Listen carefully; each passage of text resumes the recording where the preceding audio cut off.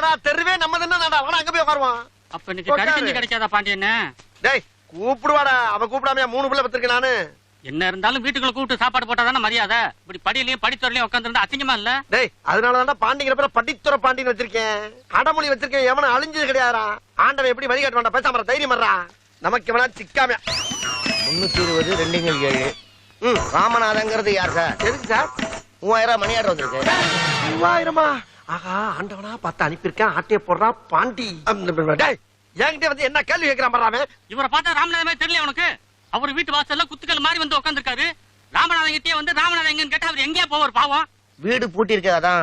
நான் தான் பூட்டை போட்டுட்டு புறப்பட்டு கிருகிருன்னு வந்துருச்சு உட்காந்துருக்கேன். அதுக்காண்டி என்கிட்ட வந்து ராமநாதன் என்ன அர்த்தம்? ஊருக்கு புதுசு சார். என்ன பண்ணலாம் புதுசு? இவனாச்சும் கொஞ்சம் கோவக்காரையா? நானா கொடூரமானவன். இப்ப நீ கேட்ட கேள்விக்கு என்ன கோவம் இருந்தா போஸ்ட்மேன் போஸ்ட்மார்டம் ஆயிருப்ப நீ. அண்ணே விடுங்கண்ணே, அவன் தான் பூசுட்டான்ல. எங்கே கேள்வி பண்ணும் கொண்டாயா கேட்கிறான். ஊருக்குள்ள வர்றப்பே ராமநாதன்